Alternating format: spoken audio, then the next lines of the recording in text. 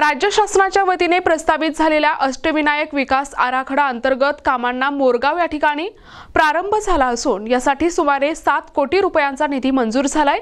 श्री मयूरेश्वर मंदिरासमोर आज श्रीफळ फोडून कामांचा औपचारिक शुभारंभ करण्यात आला।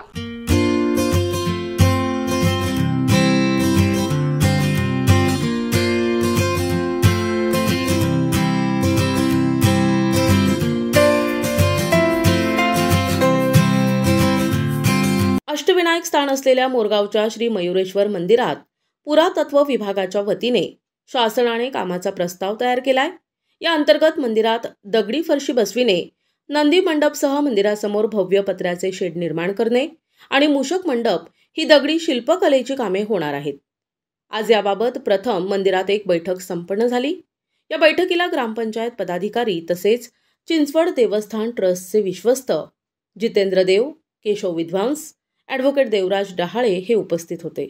तसेच ग्रामस्थांच्या वतीने माजी सरपंच पोपटराव तावरे, निलेश केदारी, माजी उपसरपंच गणेश तावरे हे ग्रामस्थ प्रतिनिधी उपस्थित होते। शासनाच्या पुणे पुरातत्व विभागाचे संचालक विलास महाणे आणि प्रांताधिकारी वैभव नावडकर यांच्या उपस्थितीत सभागृहात ही बैठक पार पडली। श्री मयूरेश्वर मंदिराचे नूतनीकरण होणाऱ्या कामाच्या बाबत वास्तू विशारद अंजली कलमदानी यांनी माहिती दिली आहे। मंदिराचे मूळ वास्तू संवर्धनासाठी पुरातत्व विभागाच्या माध्यमातून संपूर्ण कामाचे देखरेख आणि व्यवस्थापन होणार आहे। पुणे विभागीय आयुक्त डॉक्टर चंद्रकांत पुलकुंडवार यांच्या अध्यक्षतेखाली संपूर्ण अष्टविनायक विकास आराखड्याचे कामकाज होणार आहे।